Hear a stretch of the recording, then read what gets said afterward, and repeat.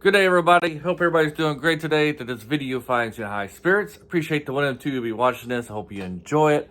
Unfortunately for you today, I will not be showing my perfect 10 out of 10 feature face today. I got a fever blister on my lips, and I cannot afford to let people see me in my imperfect state. Therefore, I'll just be a bunch of images showing in this video because, I got to keep that 10 out of 10 image in your minds. Therefore, I will not be showing my face today in this video. But enough about me and my perfectness features. Today we're going to be talking about a Filipino show called Labyu with an accent. Hopefully I got that first part right. I know I got with an accent correct, maybe. But yeah, so we're going to be talking about this Filipino show called Labyu with an accent. The show is about a woman who is engaged to be married, and before her marriage, she finds her fiance having an affair in the bathtub with another woman.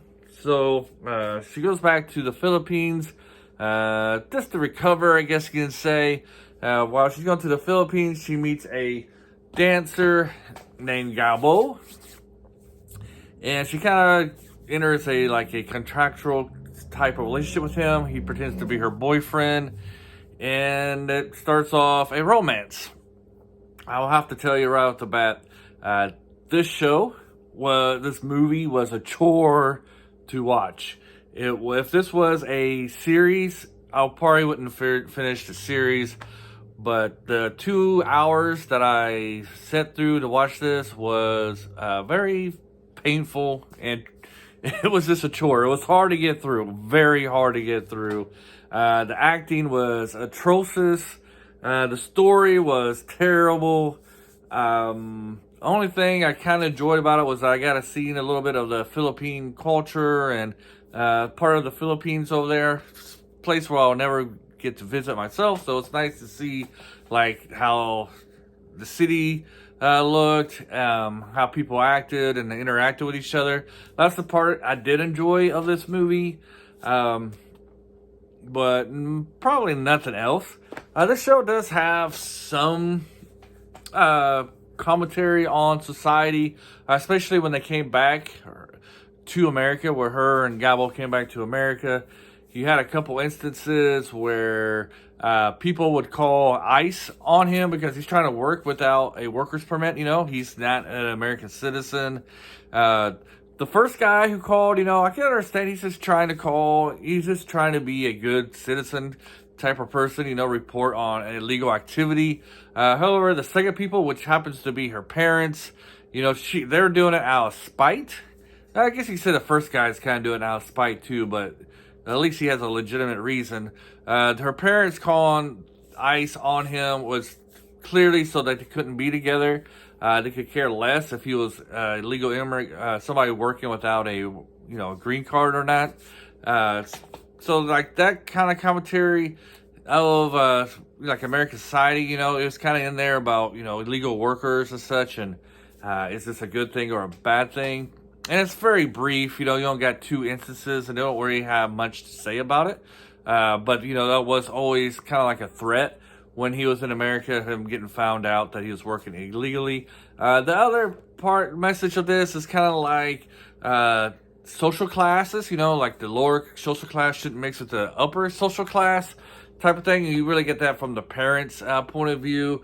Not so much between her and him, and especially with his family. I guess, if he was his family, it wouldn't really matter that much considering they're the lower class. In this aspect of the show, it really showed that he has some red flags. Gabo, the male character, has some red flags. If this was like a real relationship and you saw him acting this way, if you're a girl, I would definitely be wanting to put this relationship on hold. And what I mean is, once they really get together and they're really dating each other, he kind of makes her stop working, even though she's very educated and very capable of having a great job and stuff.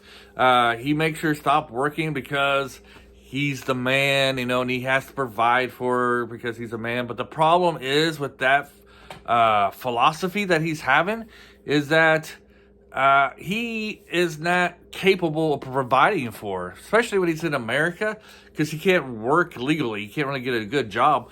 But the jobs he gets, he fails at all of them. He's like a moron. He can't even run a register, and he can't really take orders. He's trying to be a waiter, and he can't even take orders from these people.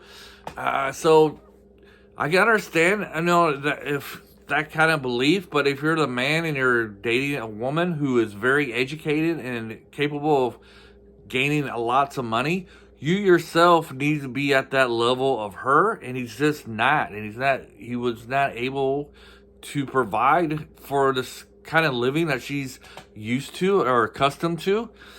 And so, and him being forcefully not letting her work in this relationship and trying to tell her, trying to control her life in that way, was, to me, was like a definitely big red flag. And I was like, these two should not be together, just because of how controlling he was trying to be of her life at that moment. And it's not even like they were married. Now, if he was married, you could, as a husband, you could probably have a little bit more say, but that would be a conversation that you would have before you got married.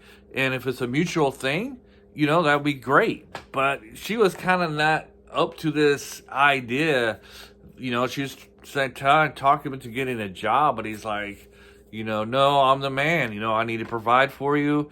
But he didn't have the education, the job skills to provide for her. Even when he was over in the Philippines, there was running like this bread and breakfast type of place, and he was a stripper. Even then, he didn't really have the skills to provide for her, to give her a good life. So, from like the last half hour of this show, I was really against this couple being together at the end. I didn't root for them at all. And this made it like even worse than what it was. Like I said, this show was a chore to get through. I fought through it just because I started it.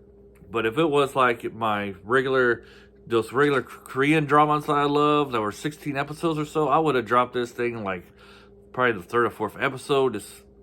It was atrocious. Like the acting was atrocious. The writing was terrible. The only good thing about this, me living in America, I got to see what the Philippines look like and their culture and their language.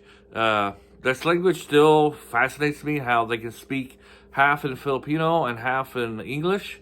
I find that fascinating for some reason. I like it. I actually enjoy it, listening to them talk. So here at the end, I'm going to give this review. If you're still here at 8-minute mark, thank you very much for sticking around. On this channel, we give 3 grades. Highly recommend, which means like everybody's going to like it, or vast majority. It's a great show. Recommend, it's your average show. And then recommend with caution, it's a terrible show. This for those of you who like bad shows. And it's also for like a niche audience, like aim at a specific group of people. I wish that we had a 4th one. I would say stay away from this because there's no joy in this show whatsoever. So I'm going to give this recommend with caution, highly caution. I don't know. Unless you just like, I don't know. I can't really give you a good reason to watch this show. It's just really bad.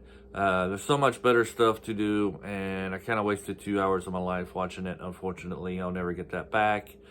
Yeah, I probably should have stopped after the half an hour mark. Really regretting watching the show. So, recommend with this highly caution. Stay away from it. And still looking for a good Filipino show. The best one I've seen so far is Trise, and it's an anime. So if you like animes, Trise is really good. And it's about the Philippines and other supernatural stuff. So anyways, have a great day. Tomorrow, the next video, we're going to be talking about Smokey and the Bandit. Doing a retro review on Smokey and the Bandit tomorrow. Be a good Friday review. Have a great day. Bye.